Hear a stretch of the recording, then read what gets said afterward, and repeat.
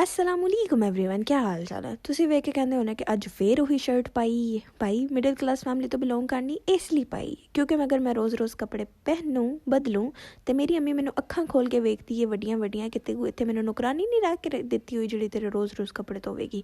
खैर वैसे भी मैं घर से ज़्यादा ऑफिस में रहती हूँ तो इसलिए मुझे रफ़ कपड़ों की ज़रूरत पड़ती भी नहीं है, तो इसीलिए मेरे कुछ इस तरह के हालात हैं। तो आज है संडे और यहाँ पे मेरी अम्मी ने मुझे नाश्ता बना के सवेरे सवेरे मैंने मगरों लाता कि चल छेती खा ते मेरे नाल काम करा। ये सारे घर में महारानी बन के फिरती हैं। इनू वेख के मैंने महसूस होंदा कि यार बंदा बिल्ली होंदा एटलीस्ट घर दे काम ते ना करने पैंदे। ਇਹਦਾ ਸਹੀ ਹੈ ਖਾਂਦੀ ਪੀਂਦੀ ਸੌਂਦੀ ਜਾਂਦੀ ਬਾਹਰ ਖੇਡ ਖੂਡ के वापस आ जाती, तो सानू 100 काम करने पैंदे ने।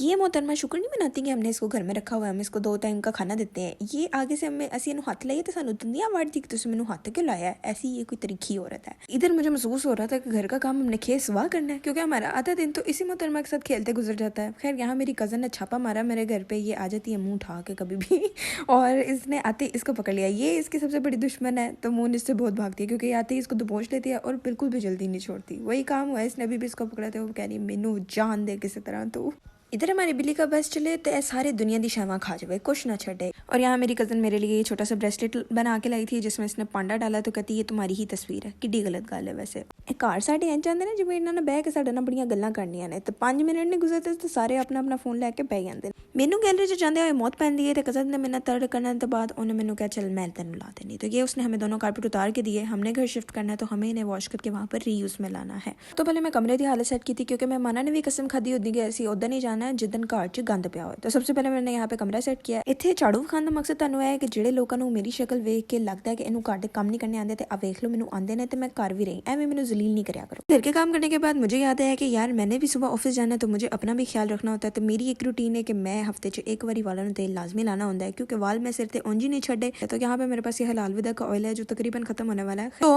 विदाउट एनी जो है फर्दर डू मैं वालों ਨੂੰ ਥੱਪ ਲਿਆ ਤੇ ਹੁਣ ਅਸੀਂ ਇਹਨੂੰ ओवरनाइट ਛੱਡ ਕੇ ਸਵੇਰੇ ਇਹਨੂੰ वॉश करांगे। अम्मी की अलमारी में फोला फाली करते हुए मुझे मेरी कुछ चीज़ें मिली। एक मेरा सूट सिल के आया हुआ था और एक शर्ट थी। तो यह मैनू लभ्या भालू जो मैं इन्हू लियाई सी। तो मैनू याद है कि मेरी माँ ने मैनू दस्या कि रंग तो अलावा बाकी तेरी शक्ल बिल्कुल सेम टू सेम एग्जैक्ट इधर ना मैच कर रही है। तो खैर इन चीज़ों को ले जाके मैं वापस अपनी अलमारी में रखूँगी। मैं तो थक गई, ये मेरा दिमाग कह रहा था। और मैंने अभी अपना जो सा फ़ोन पकड़ा गया तो मुझे मैसेज रिसीव हुआ है कि मेरी सैलरी आ गई है। ये यहाँ पर सैलरी आते ही सारी जिम्मेदारियों से जान छुड़ाने के बाद मैंने कहा चलो मैं भी थोड़ी सी ऑनलाइन शॉपिंग कर लेती हूँ, आखिर मेरा भी मेरी सैलरी पे हक बनता है। तो यहाँ पे मैंने थोड़ी सी जो है ज्वेलरी ऑर्डर करी है। सारे कार्य काम करने तो बाद अब मैं देखने लगी हूँ मूवी बैठ के। तो इसलिए आज के लिए बस इतना ही, मिलते हैं फिर आपसे अपने नेक्स्ट ब्लॉग में। तब तक के लिए अपना ख्याल रखें। अल्लाह हाफिज़।